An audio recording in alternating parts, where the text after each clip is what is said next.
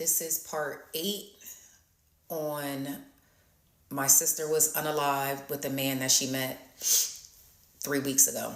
So in the previous video, I said that I was going to talk about the church, but then it just got too deep and I got totally off topic. But a lot of people in the comments are saying, if you had a good church home and all this other stuff. One, I don't know why people think I'm not in church. If you have looked at my page, my life is God and Christ is my everything. I do nothing without him.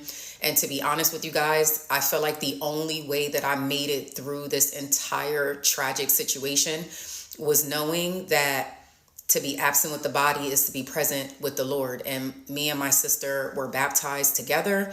And so I know that she made her way to heaven. But let's talk about the church. We both were members of this church. I'm calling them out. Zion Baptist Church in Reading, PA. We were members of that church. We were baptized together August 1st, 1999. Our foster mom, because that's a whole nother thing. I'll eventually get into it because we went to foster care. But our foster mom was big into church, and that was the church that she was a part of. So we got baptized there and we went to that church for years. Now, as a lot of you know, sometimes you move away and you move to different cities and different states, but that's always your church home. So, and a lot of you know, like in Black churches, when you come home, they ask you to stand and you say, this is my church home, but, I'm bringing you greetings from, and then you state your new church home and yada, yada, yada. Okay. So not only that, what also is crazy is in churches, you cannot be a member there and you can get married there. They rent out the hall when it's the people in the sick and shut in list, when they pass away, they have their funerals there, even though they haven't been to church in years, all of these different things. But let me tell you what they did to me. So, my sister was unalived, and what's the first thing you do and first people you lean on? Your family and your church family. I went to church. I paid my tithes and offering every Sunday, took my son to church, dressed him in the best of the best, showed up, was on time for years. So when my sister was unalived, the first thing I thought of was call my church, because I could do, her, even if I didn't do her funeral there, I could at least do her repast, because my family has a great relationship with the funeral home that I buried her at. So I was like, okay, even if I use the regular funeral home, at least I could do the repast here, right? So I calls down to the church. I don't get no answer at first, so I leave multiple messages, right? So I'm leaving messages, I'm calling multiple times in a day because, I'm planning everything. I'm trying to get everything set. And this is simply to do the repast, because at this point, I already have the funeral planned out, but I wanted to do the repast and have a place that, family and friends and, we could gather and sharing memories and all these different things. So I'm calling. So day 1, nobody calls back. So day 2, I call, leave multiple messages, nobody calls back.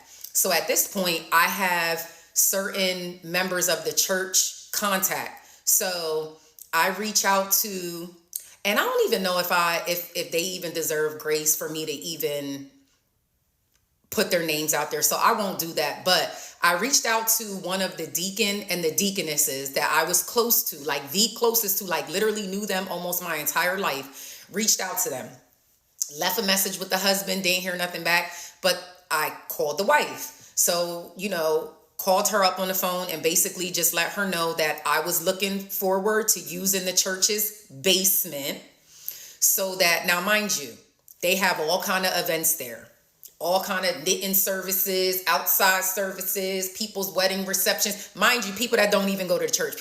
I know people who have got married at Zion Baptist Church and were not members of the church. But okay, that's neither here nor there. So, just let them know, like, hey, I'm looking to use the basement of the church. I don't need anything additional.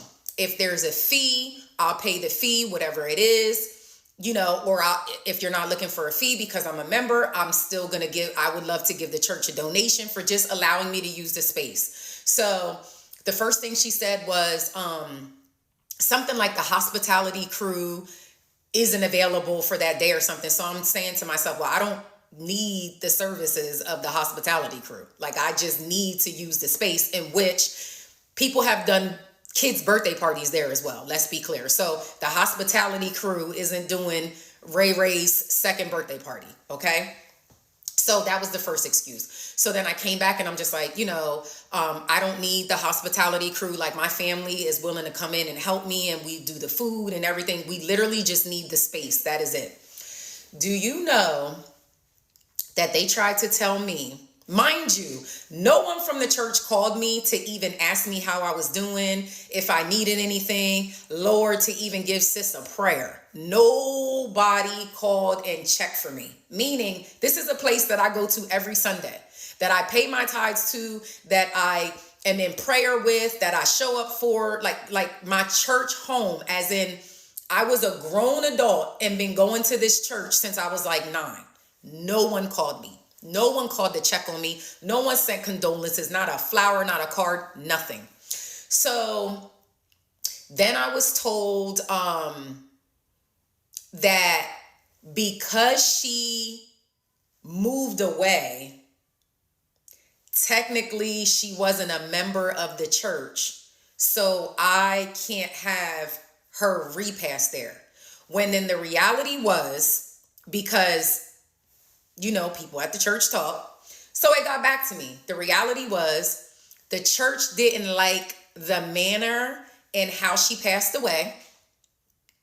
And so because they didn't like the manner in how she passed away, they refused to allow me to have the repass at the church.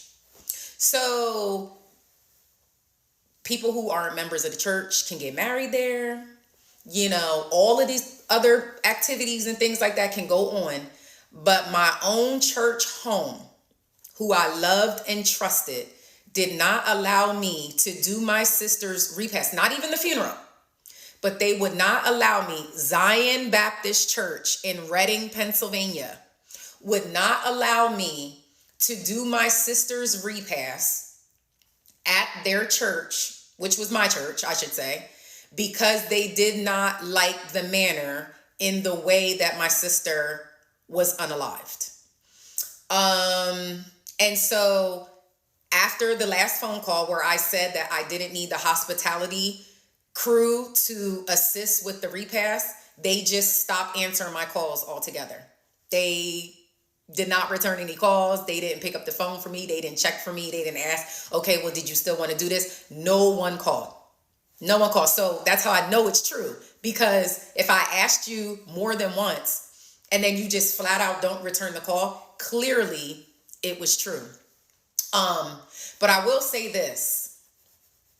Pastor Ed Lowe, who was our pastor, or Reverend Ed Lowe now, who was our pastor when we were children, drove up from Philly. Him and his wife is now on the other side in heaven. God rest her soul. I am so grateful for them because they came from out of town, would not take my money that I offered them to do my sister's services, did the services, and it was absolutely beautiful. In the end, everybody went out to eat at a restaurant, and we gathered at the restaurant, and that was all that I was able to do because it was so last minute. I'll be